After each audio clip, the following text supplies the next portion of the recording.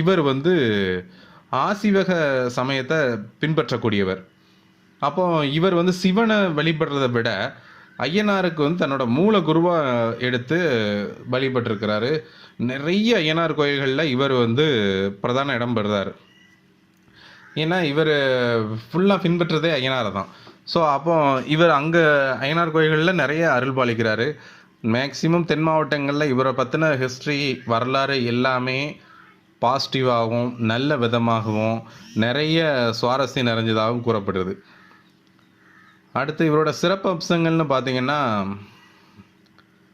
இவர் வந்து மூலிகைகளை கொண்டு பல மந்திர வித்தைகளை செய்கிறதுல ரொம்ப வல்லவர். அதே மாதிரி மனநலம் பாதிக்கப்பட்டவங்களில் வந்து நல்லா குணப்படுத்தி விடக்கூடியவர். லாட பாஷையில் புகழ் பெற்றவர்.